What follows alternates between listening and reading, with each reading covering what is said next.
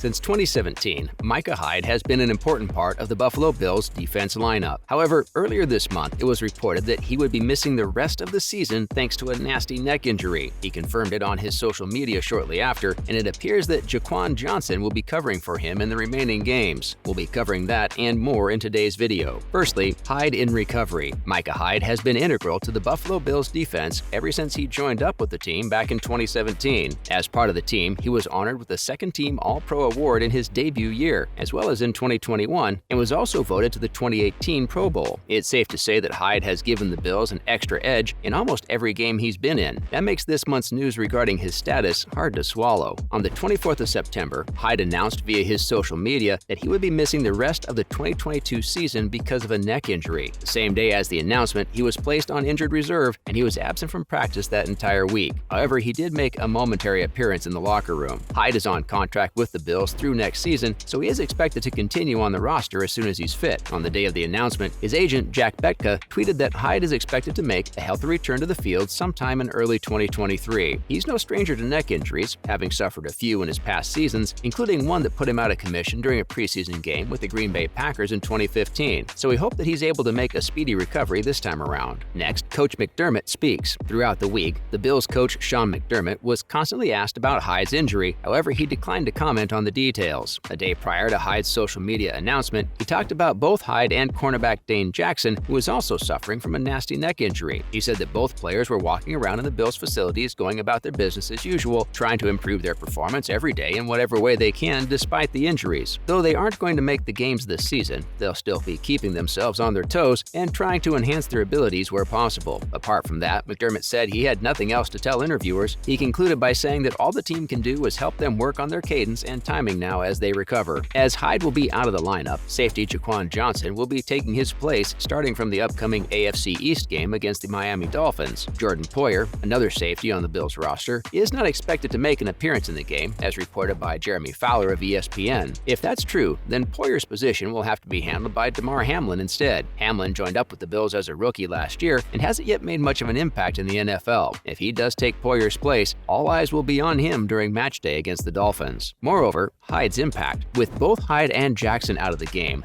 many are expecting things to get messy. Jackson's absence is surely going to hurt the secondary. As a result of his injury, his spot's going to be taken up by cornerback Kaiir Elam, who was a first-round draft pick this year. He's set to make his NFL start alongside fellow rookie Christian Bedford. The two have been rotating cornerback roster spots opposite Jackson and now have the chance to show off their skills without Jackson as a crutch. Despite the potential they may have, there's no ignoring the fact that the defense is taking a hit in the absence of Hyde and Poyer. The two have been one of the best safety duos since joining the Bills in the same year in 2017 as free agents. Over the past 6 seasons, Hyde missed only 2 regular season games, and the duo has started together in 79 games. According to the Elias Sports Bureau, that's by far the most games started together by any safety pair since 2016. Only time will tell if the pairing of Jaquan Johnson and Damar Hamlin, if it does occur, will be strong enough to rival the Hyde-Poyer dynamic duo. Johnson will certainly be the one to watch out for here, as he's the more experienced of the two and has 3 collegiate-level awards to his name, including a second-team All-American award from back in 2017. To succeed, both will have to be in top form. Let's talk about how the Bills do. The Bills faced off against the Dolphins a day after the news of Hyde being relegated to the injured reserves broke, and they clearly struggled to stay afloat. Coach McDermott said that the team used just about everybody they had on the sidelines during the match. Linebacker Josh Allen was the highlight for the team on match day, completing a career high of 42 passes and finishing with 400 yards clocked in. But that wasn't enough to help the Bills, who had their lowest point total since Week 13 of last season. However, though he did have touchdown passes to running backs Devin Singletary and Isaiah McKenzie, he did have a fumble in the first half that ultimately led to the Dolphins landing a touchdown. There was also the issue of the heat that plagued the day. Several Bills players found it difficult to play with the South Florida sun bearing down on them, with McKenzie, T.E. Dawson Knox, and T. Spencer Brown being listed with heat illnesses by the end of the game. At multiple points, various players succumbed to cramps on the field and went down. By the end of the fourth quarter, the Dolphins were up 21 points, while the Bills trailed behind at 19. Now in other news. First up, Buccaneers promote Cole Beasley. Last week, the Tampa Bay Buccaneers announced that they were elevating wide receiver Cole Beasley from the practice squad to the active roster. The change was made because there was some uncertainty over whether Julio Jones would be able to occupy his wide receiver position for the coming game against the Green Bay Packers. Beasley is an 11-year veteran of the NFL and signed onto the team to help offset the loss of a trio of Pro Bowlers Steelers wideouts, which includes Mike Evans, Chris Godwin, and of course Julio Jones. Jones is currently dealing with a knee injury, which left him unable to play in Week 2's victorious game at New Orleans. He returned to practice last week, working with Bobby Slater. However, he was officially listed as questionable for Sunday's game against the Packers. Beasley spent the week prior to the Packers game trying to get up to speed with wide receiver Kevin Garver. He said that there's quite some carryover from his previous experiences in offensive lines. Coach Bowles praised him for being quick to catch on, picking up the Bucs system with speed. He was uncertain if he was ever going to get a chance to play on the field again, but Jones's loss turned out to be just the opportunity Beasley needed. Following that, Giants could trade Golladay. There's been a lot of chatter this year about the New York Giants receiver Kenny Golladay, with many suspecting the situation regarding his playing time to finally come to a head. Golladay is a highly paid pass catcher and was expected to play against the Dallas Cowboys last Monday. He would have been hoping for more productivity in that game than in the previous 2 weeks of the system to show the new coaching staff that he's got what it takes to stay in the game. If the game against Dallas wasn't enough for him to prove himself, the Giants still have options when it comes to dealing with the receiver. For one, they could trade out Golladay to an interested party. However, sources say the only way they'd manage that is if they pay out the bulk of his contract for a late-round pick. Lastly, the only winless team. By the end of the second week of this season, the Raiders have had the misfortune of being the sole winless team in the NFL, going 0 for 3 games so far. 6 teams went into last weekend without any wins, but on a single day, all of them except the Raiders escaped that pit. The Raiders have lost in a number of ways so far, but their misfortune has really come in 2 halves. They'd either do amazingly well in the first half, as they did with the Cardinals, and have things switched up in the second, or have the opposite occur, only to fail at a comeback as with the Titans. That's a wrap for this video. Do you think Hyde will make it back before the season ends? Let us know in the comments below. Make sure to give this video a thumbs up and subscribe to our channel for more videos like this. See you in the next one.